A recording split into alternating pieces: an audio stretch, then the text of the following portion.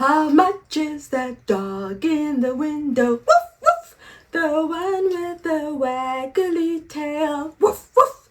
How much is that doggy in the window? Woof, woof. Seriously, no. I apologize to all those who come here because they're African. But I'm African Adventist. I'm African because I was born in Africa. My people come from Africa. They don't even come from Africa, they are Africa. My mother's people traveled down from up north, Amahlubi. There's still some up in the parts of DR Congo and parts of Tanzania. I am an African because my blood is fully African. My people are African and have always been. Yes, of course, Adam and Eve were all African, but I am an African. And unlike some South Africans, I embrace all Africans. You know? On that note, I'm going to discuss two things because they're both short, but they're both South African. Yes, many countries have xenophobia and racism. They do. I will speak on here, our situation. Xenophobia. I will say I'm sorry. I apologize on behalf of all my South Africans for what the non-South African Black people go through, for what the non-South African people go through. Oh, we will love the American. We're Black American, woo, woo, woo, and we will love them and accept them. But if you're a Black Mozambican, we will burn you to death. Diaspora. As I said, my people came down, my mother's people came down all the way up from out of South Africa, North Africa, East Africa, traveling down. Look up the history of Amahlubi. And then during the apartheid, we hid those who could afford to leave, hid in various countries of Africa. We didn't all fly away to America, Zimbabwe. We hid in Africa. Our fighters got training in Africa. Nobody burnt them to death. Nobody attacked us. We were loved. I cannot and I will never, ever support the hatred of non-South Africans. Never. To repeat what I once shared, when we were in a car, we had given a missionary and an elder a lift from the village church.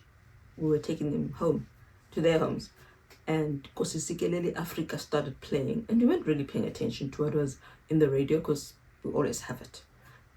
And then, this Tanzanian says to us, "But how do you do it?" And I said, "Do what?" We were both like, "Do what?" And he said, "But how do you live with them?" And we were still, and he said, "Live with who?" And he said, "White people." For him, when he hears Nkosi Sikeleli Africa, he just thinks of the movie Sarafina, true to life movie Sarafina. And he heard Nkosi Sikeleli Africa in Sarafina. And for him, it reminds him of what we, South Africans, went through and how much they all prayed for us to be free. That is the sad irony. We were loved in our struggle. People prayed for us to be free. But we don't do the same when our people up there are being persecuted, are being killed, are being murdered. South Africans, look up Gukurahundi. Gukurahundi. Look it up. There has been violence against certain people who deserve our love and pity. There's been violence against the whole country now, lately, in Zimbabwe. I'll speak about Zimbabwe specifically because it's the closest, and I've been there more often out of all the other African countries. And many people hate Zimbabwe. And I've got a relative who says they're not, they're Christian, but they've got this thing about Zimbabweans. Yeah, so anyway, my point is, we are not giving to them what they gave to us, and that is sad. And as a Christian, the Bible says we are to love the stranger. Of course, the Bible also says the stranger must then accept our rules. And that is one thing I will then say. I am all for modesty. I am. I will never be immodest. But if I then move to France, and in France, or rather, if I want to move to France, and I hear that France doesn't want a head covering, don't go there. I will not go there because I'm not welcome. I'm not going to go there, then start wearing my head covering and then start saying, oh, religious freedom, religious freedom. I am a stranger in their land. That is their rule. That is their law. I will then go somewhere else. So I am all for loving the stranger, but the Bible does say the stranger must then obey our rules. I'm looking at this from a biblical framework and from us being parts of being spiritual Israel. It's the same concept. The stranger must also keep the Sabbath. So I will not go where I know my rights will be infringed. That's stupid. That's just calling trouble upon myself. Then rather go home wherever you were. This is like thinking of the France burqa thing. Then just go home wherever you were, and then you can dress how you want to dress. I'm not into that either. So I don't want a Zimbabwean coming here and then they don't learn the local language and then they speak to me in a Zimbabwean language. That is stupid. I'm not in Zimbabwe. I'm welcoming you into my country. Speak to me in my language or speak English, which is local, which is for all of us. That I also don't like. I experienced it a lot in some of the churches where these people come and they speak to me in Shona. And I'm like, I'm not Zimbabwean. Yes, but you must still learn it. No, you must learn Sisuthu, or you can learn isiXhosa, or you can learn isiZulu. Those are the languages you can learn. You must learn in my country. It's my country. You are in my country. You are eating my taxes. The roads you're traveling on, I am paying for. So learn my language. But of course, I'm not saying you have to learn my language. But this is directed to the people who come here speaking Shona to me and want to tell me I have to learn it. I have no reason to. I have got no Shona family. I've got no Shona husband, children, uncle, mother living with me. I have no reason to. I've got enough of my own languages that I already know. So that's part of my xenophobia thing. I welcome people, but people must then abide by my laws. Don't come here and then rape my people, just like I don't want my people to rape my people. Don't come here and do crime. I know, I've heard there are many crime gangs by various people who are not South African, including Zimbabweans. There are. So I don't agree with that either. I don't agree with foreigners coming and not paying anything for medical care. Our system is buckling. It's buckling. There's no free ride anyway, unfortunately. So if I'm paying for government care, you must also pay for government care because those are my taxes. That's the sad reality. It is our money. The roads that you are using, we building them with our money. The prisons your uncle is in, who your uncles are in, it's our money. So do us the favor, pay.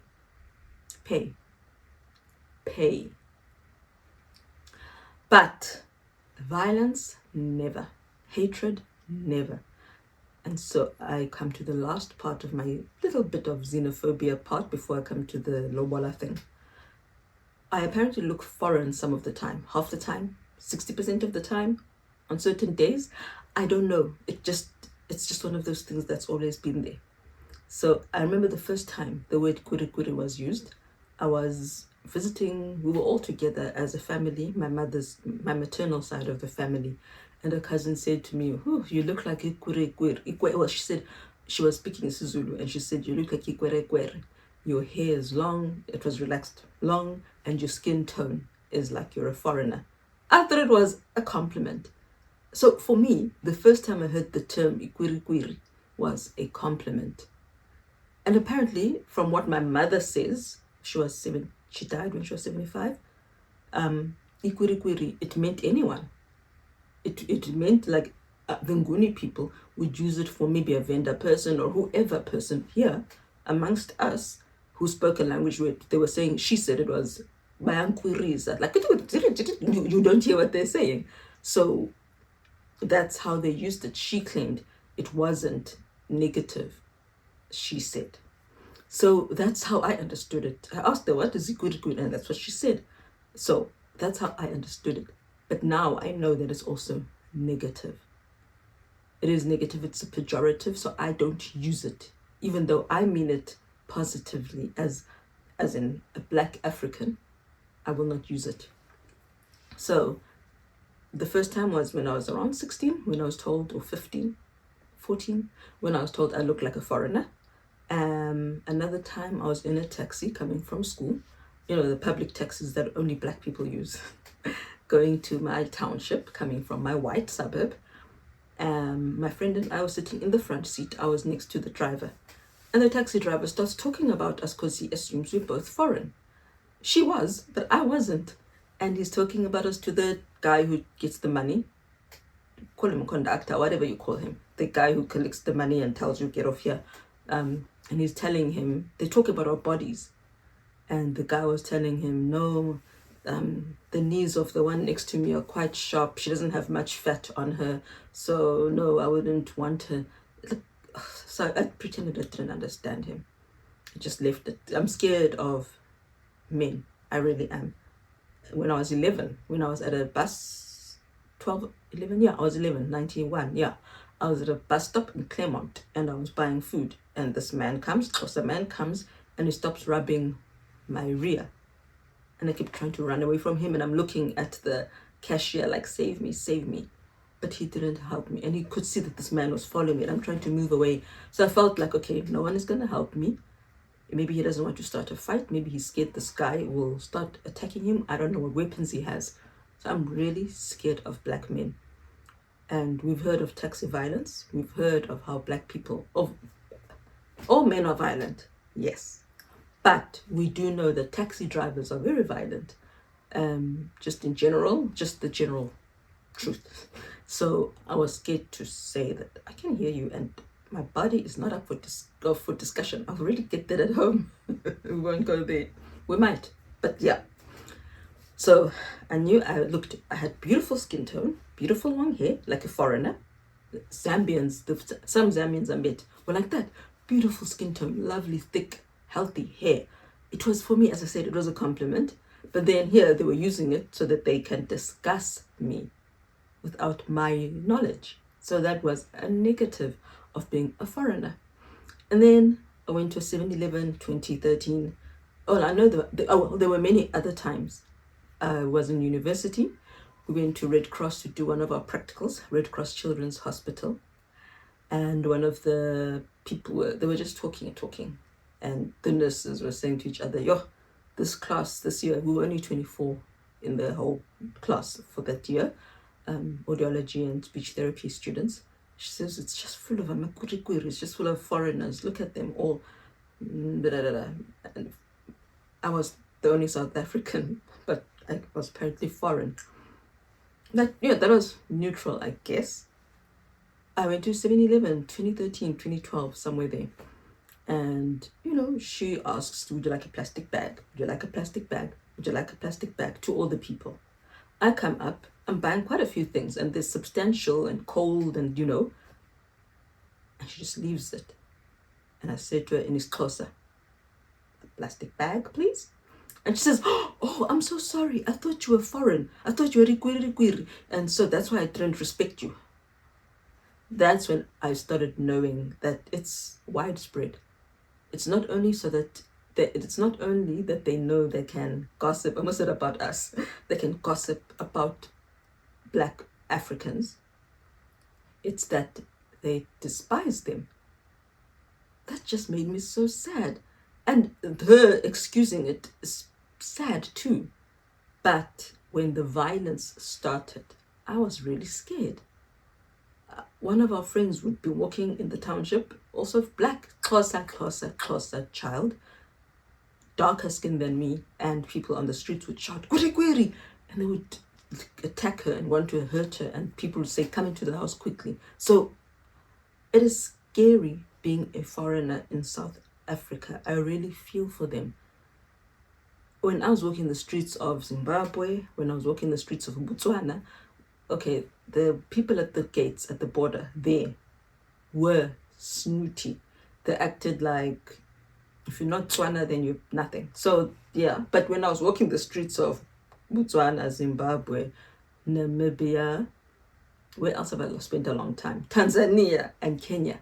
I never felt that I was hated because I'm South African. I never felt fear of being hurt or, things being said to me because I'm South African. Negative things, like when you're scared of white people that they're going to call you the K word, as has happened to me. I wasn't scared of that. But here I am in my own home country and I'm nervous and I can understand them. So I really feel sorry for these people who come and maybe they're Shona, so they don't speak Zulu, which is Isindebele, which is close to Xhosa, so it's easier to understand, or Mozambicans or whoever's. Guys, some of you don't realize how hated you are.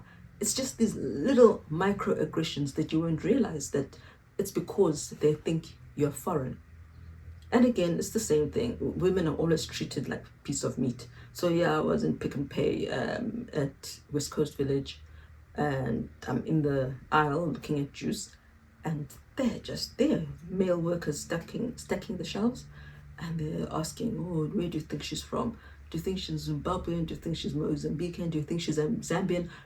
But that's all they're just guessing, and they're saying, oh, she looks humble. That was nice. You see, yes, they do talk about us. For whatever reason, well, they will talk about us. I don't talk about them. I don't say to my friend or to my husband, do you think he's Zulu? Do you think he's Sutu? Do you think he's Tsonga? I don't. I just live.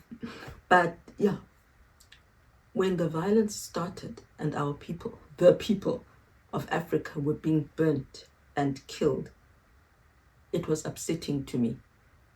I only live in a small part of South Africa. I'm 43 years old, so I'm not very old. But I lived in the township. The first person to open a spaza was not a local South African. It was a foreigner. So he didn't take anybody's job. He made a job. And that is what irritates me the most. Stop saying they stole your jobs. And I'm going to be honest again. They create their own jobs. I hate using the us and them thing, but I will be honest. They create their own jobs. I've heard my black people in the shops, the cashiers and the whatevers complaining, I don't want to come on time, I don't want to leave late, I don't want to do my best. I have heard you because you think I'm foreign, so you just shout your Xhosa stuff. Zimbabweans that I've seen, they're not like that. They will work hard. They feel that responsibility. I'm not going to generalize because there are Zimbabweans who will not work hard. It's not like all white people are racist or all black people are innocent. We're all just human. But I will generalize from my lived experience that black Africans who are not from South Africa work harder, give more, save more so that they have capital to do their own thing. And some do have an entitled attitude. That is true. That is very true. So please give me money to get capital. From where? Do I look rich? Do I look like I'm Bill Gates? And even Bill Gates has a budget. So yeah, they do work hard. They do work more. They don't mind doing the menial work, and they don't mind doing the menial work well. So I will end on this. People like to complain that foreigners are being used as domestic workers, and then, this Zimbabwean gardener killed his boss, and this Zimbabwean maid got her, they say maid, I don't like that word, maid got her owners killed, blah, blah, blah. Believe me, everyone is doing that, even South Africans. But as a past employer of domestic workers, when I had money for that, I will say this, everyone was late, whether they're foreign or not. Nobody had the sense to say, ooh, it's 15 minutes till beginning time. I'm nowhere close. I'm so sorry. I'm going to be late. No one. Like, seriously. But so everyone was late. That was guaranteed across the board, whether foreign or not. But more foreigners would then say, I was late. I'm going to work longer. So what I was doing, because I wanted consistency, but I wanted to know that someone is doing the best that they can. So I would have someone just come and they would be paid for the day, but I'm then seeing where they need help, where they don't need help, how good they are with this, how good they are with that. So some people would come and they'd iron one item would take an hour to iron, and then it's folded inside out. So so some things I would think are common sense. So that's an automatic, okay, well, here you got some money at least, but it didn't work out. Instead of just paying for transport for an interview, and then you go home and you don't know. So yeah, some people would be like that. One lady came with a bucket, Musutu lady, came with a bucket and a mop. Well, she didn't come with it, we had it. And she started mopping a carpet. And I said to her, I loved her as a person. She was warm, she was cuddly for the children. And I said to her, there were many things that she was doing wrong. But I thought, she comes from a village. She doesn't have electricity. They don't have this and that. So let me send her. So we even offered to pay for her to go to training, to have professional training. And she said, no, I don't need it. Look, seriously, believe me, she needed it. But overall, what I saw was Black Africans came with attitude.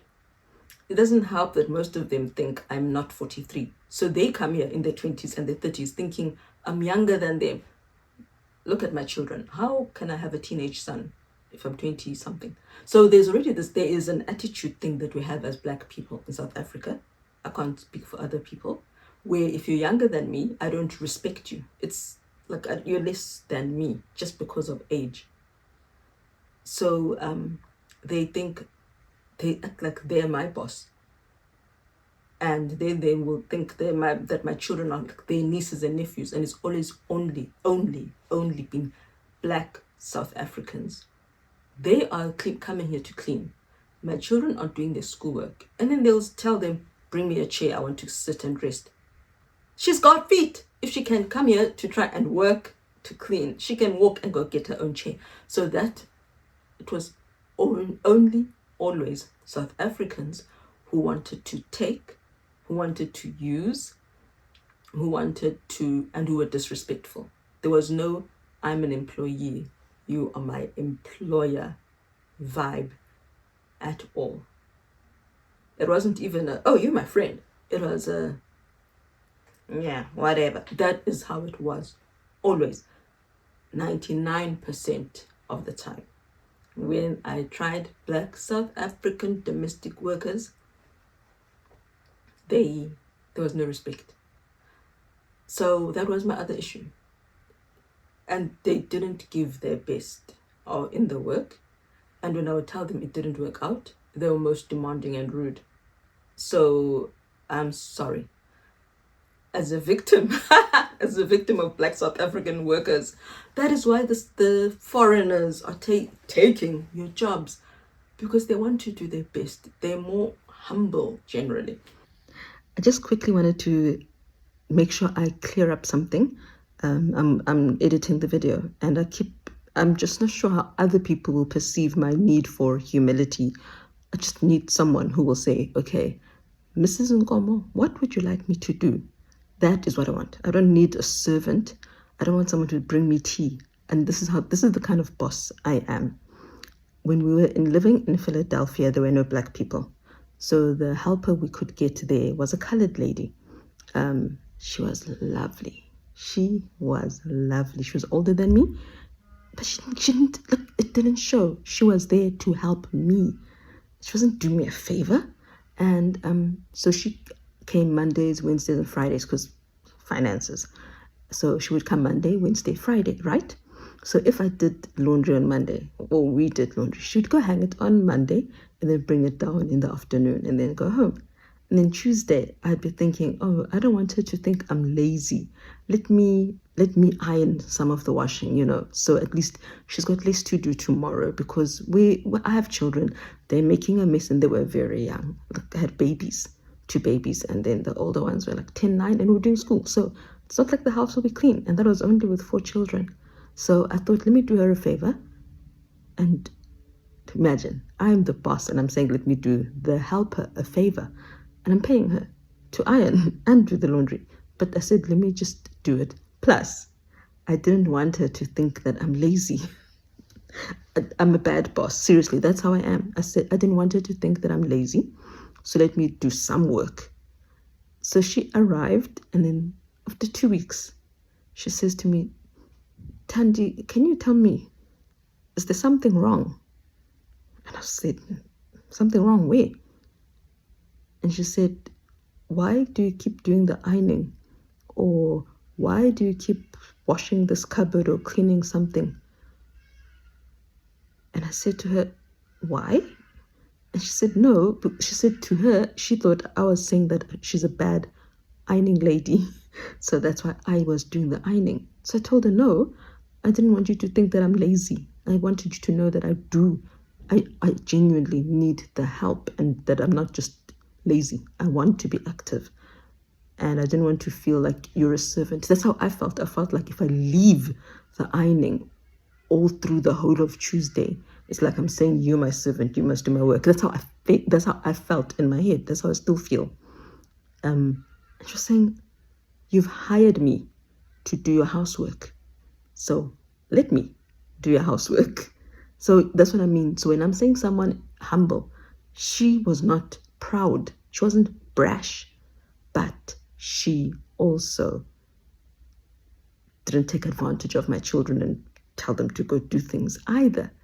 So that's what I want. That's what I miss. I really miss Veronica. I really do. She was lovely to my children. She was a real helper. I've never had anyone close to her. I really didn't. We could have a real relationship. That is the thing. I felt like she's a big sister who's helping me. Yes, I paid her. But you can be a big sister and respectful. My friends who are younger than me know that for me, age is just age. I don't feel like I'm wiser than them. I ask them things. I bounce ideas off them. I don't tell them what to do. We're equal. And I loved her because she shared about her family. We were friends. But she was my employee. You can do that. You can be both. I've seen it with my husband and his boss in retail. So that's what I wanted. And I still wish I could have that. And good work also, like she was. It's possible. So if my Black South Africans think I'm asking too much, and they've said so, I'm actually not. Believe me, I'm not asking too much. Unfortunately, truth and honesty were rare. So twice I had to get rid of foreign blacks because they lied. And my thing is, if you're gonna lie, then I don't know if you're not stealing either. So I can't do that. So yeah, that is my little blurb on foreigners. Whew, that was long. So I'm actually gonna do a part 2 on lobola, and actually I'm in pain, so I don't know when I'll do part 2. Let me go take some medicine. I'll be back.